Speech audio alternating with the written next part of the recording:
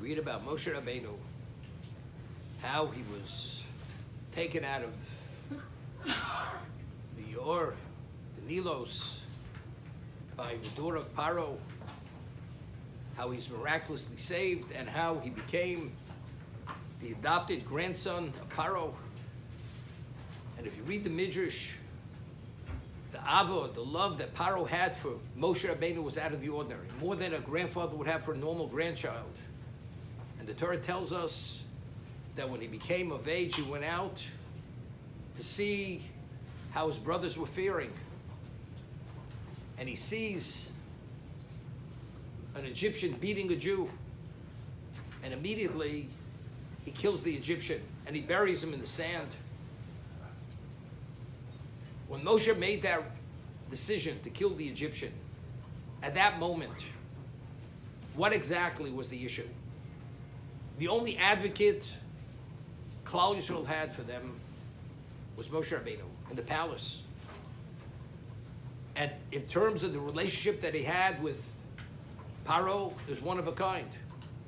So by killing this Egyptian, although he deserved to be killed, but what about the consequences, all the ramifications? Because if it's found out that he killed the Egyptian, as we know what happened, he had to flee from Egypt. He became a fugitive. Initially, he was going to be killed, although he was the adopted grandson of Paro. He was going to be put to death. Miraculously, he was able to escape. Batzileni Mecher of Paro, as the Torah tells us, he was saved miraculously from the sword of Paro.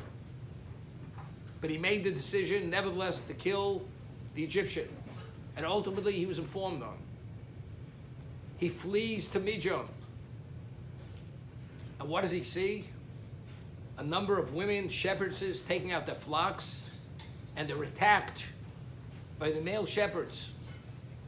Moshe Rabbeinu, he fights them, drives them off, and he waters the flocks of these women. Moshe Rabbeinu is a fugitive. He's a hunted man.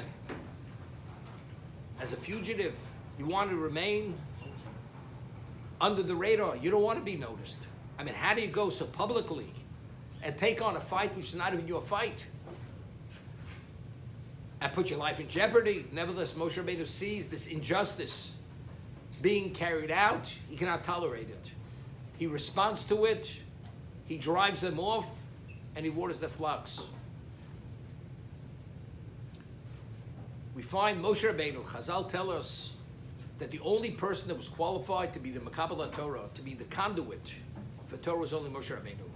If Moshe Rabbeinu would have been killed during the time when he returned from Midian to Mitzrayim, because he hesitated to circumcise his son, there wouldn't have been a Gula.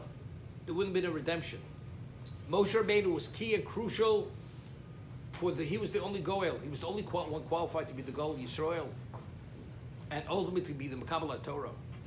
What was Moshe's special qualification that only he had the qualification and whatever was needed to be the conduit for the Torah to be given to Klal Yisrael?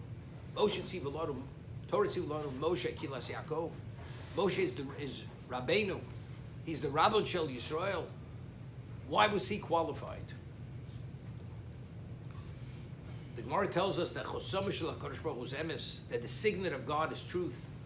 What is truth? Truth is truth in the absolute sense. Regardless of what the consequences of that may be, one doesn't compromise truth for any reason. There are no calculations, there are no issues. If there's an injustice, you respond to this injustice. That's a person who's never compromises truth. That's the truly truthful person. We find that the midah of Yaakov was emes, titin emes liYaakov.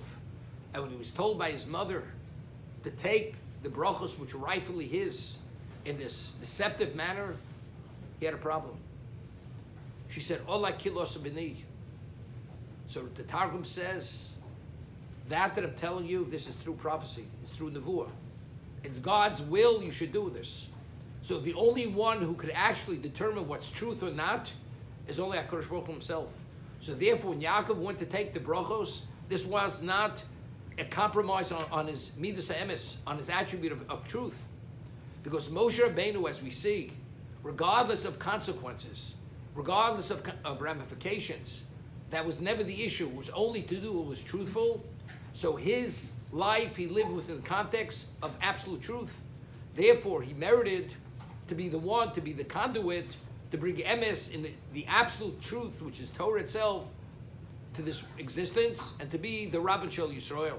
That's what we see clearly. The Gemara tells us in Sanhedrin that when judges, they adjudicate, mitzvah lasses pshara. There's a mitzvah to try to work out some meeting, to mediate between the two defendants, and there should be a pshara, a compromise. Because each one, when he leaves happy. Moshe Rabbeinu, and the Gemara says mitzvah lasses pshara. It's a mitzvah to try to work this out, that both parties agree to this mediation. Moshe Rabbeinu was Yaakov Adina Sahara. If there was a mountain, and the mountain's the way of truth, you pierce the mountain, you uproot the mountain. So the question is, if mitzvah lasses pshara, if it's the right thing, it should be encouraged. Why was Moshe Rabbeinu? His approach was a total different approach. You pierce the mountain, you uproot the mountain. The answer is, as we're saying, because what is the meat of Moshe Rabbeinu? Moshe Rabbeinu's meat is emes. So because that was his persona, he reflected the truth of God, never to be compromised. Therefore, whenever he dealt within a decision, it was always, you pierce the mountain, not to compromise truth for any reason. Kaddish. Howard.